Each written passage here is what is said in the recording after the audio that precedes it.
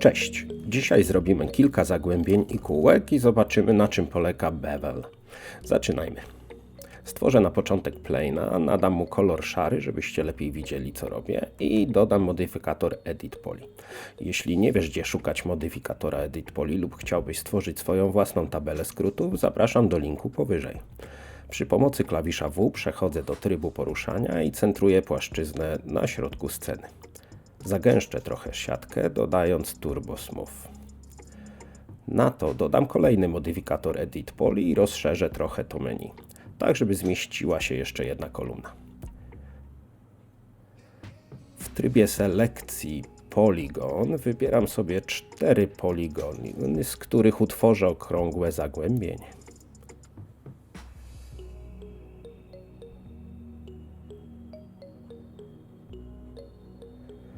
Pierwsze co robię, to zastosuję inset, czyli jakby skurczę wybrane poligony, dzięki temu zachowam czystą geometrię wokół mojego otworu.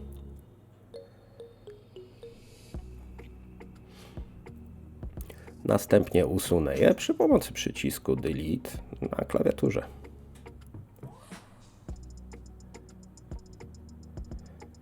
Przechodzę do wyboru Borders, zaznaczam krawędź otworu, a następnie trzymając Ctrl wybieram Edge.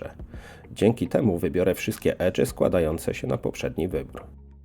Uwaga, wujek, dobra rada. Jeśli na Twoim viewporcie nie możesz znaleźć tego menu, kliknij prawym przyciskiem myszy na pustym kawałku pola, na którym są ikony, i włącz pozycję Ribbon. Potem kliknij na mały biały prostokącik Show Full Ribbon, dzięki temu rozwiniesz ukryte domyślne funkcje. Pracując z 3D Maxem, powinieneś być gotowy na takie niespodzianki.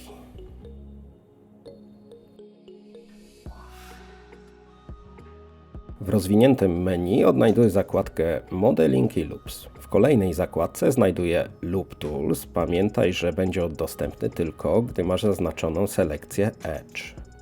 Po kliknięciu otworzy mi się pływające menu z Loop Tools. Klikam nad Circle i mam kółko, na razie ośmiokąt, ale foremny.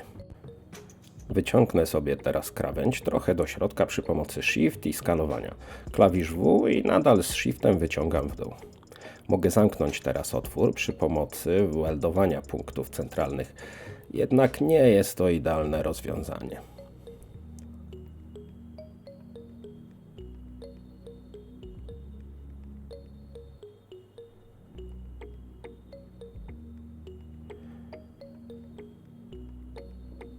Niektóre silniki renderujące nie radzą sobie z werteksami łączącymi wiele linii, a do tego, jak widzisz, mamy 8 trisów.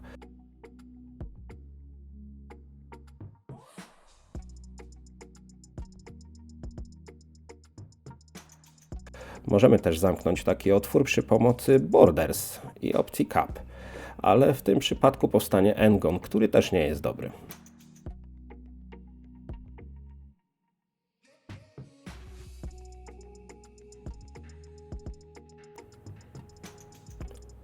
Spróbujmy to zrobić inaczej. Gdy mamy wybrane edge krawędzi, przytrzymując Alt, odznaczam 2 edge leżące naprzeciwko siebie.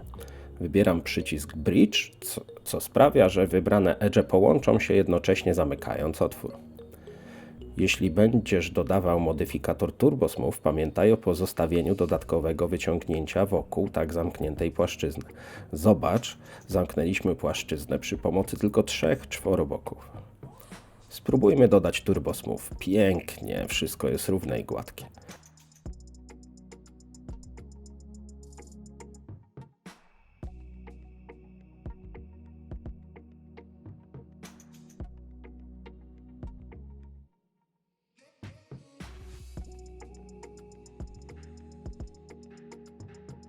Możemy także wpływać na zaokrąglenie krawędzi. Wybieram jeden z edge zagłębienia przy pomocy Ring. Zaznaczam wszystkie leżące naokoło i stosuję Connect. W tym przypadku dodam 2 podziały. Jeden będzie zaostrzał górną, drugi dolną krawędź.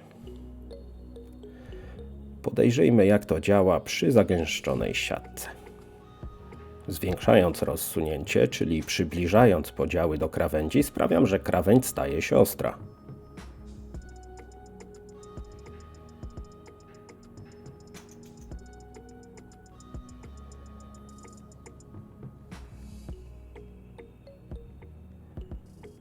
Wyciągnijmy jeszcze do góry środkowy element przy pomocy funkcji bevel.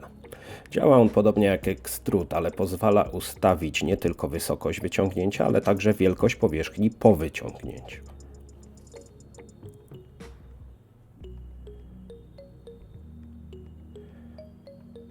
Żeby poćwiczyć, usuńmy jeszcze raz powierzchnię wyciągnięcia. Zeskaluję krawędź w dół z shiftem i jeszcze raz, i jeszcze raz.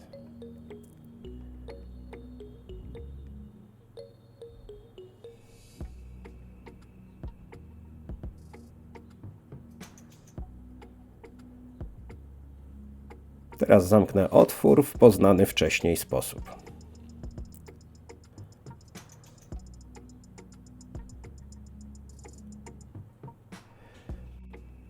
Wybiorę kolejne edge i przy pomocy ring zaznaczę wszystkie wokół i znowu dodam connect, aby zaostrzyć krawędzie.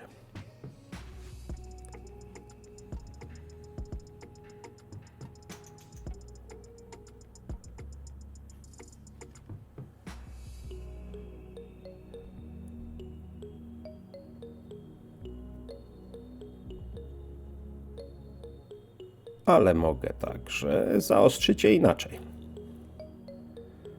Klikam dwukrotnie na krawędź, zaznaczam ją całą. Przytrzymując Ctrl zaznaczam wszystkie, które chcę wyostrzyć.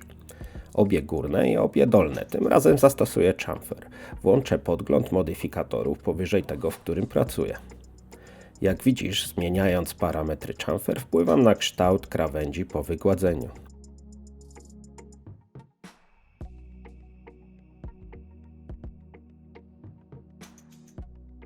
Zmienię tryb pracy chamfer na quad. Mogę teraz zmienić kąt, pod jakim układają się dodawane podziały. O chamfer opowiem więcej w kolejnych odcinkach. To bardzo ważne i przydatne narzędzie.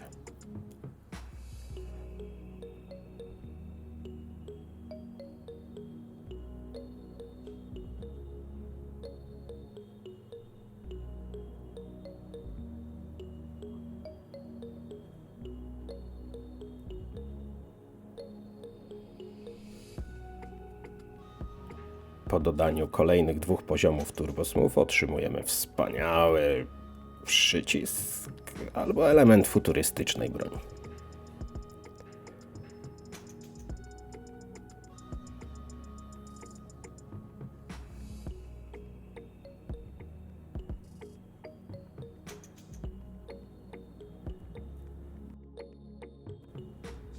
W podobny sposób mogę wykonać trochę bardziej skomplikowane kształty.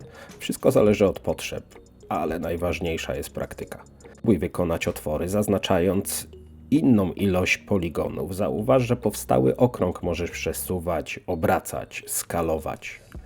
Ale nigdy nie zapominaj o zasadzie. Od szczegółu do ogółu. Czyli pracuj na jak najprostszej siatce, dodając modyfikatory wygładzające na samym końcu.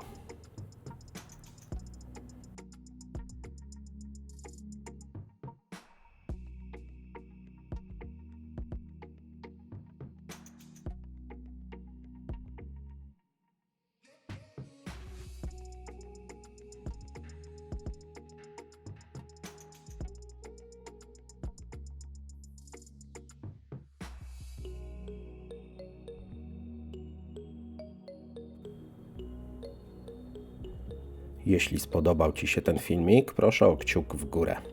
Pamiętaj też, żeby zasubskrybować 3D Maniaka, by nie przeoczyć kolejnego odcinka. Jeśli masz jakieś pytania lub uwagi, pisz śmiało tutaj lub przez Facebook. To był 3D Maniak. Do usłyszenia.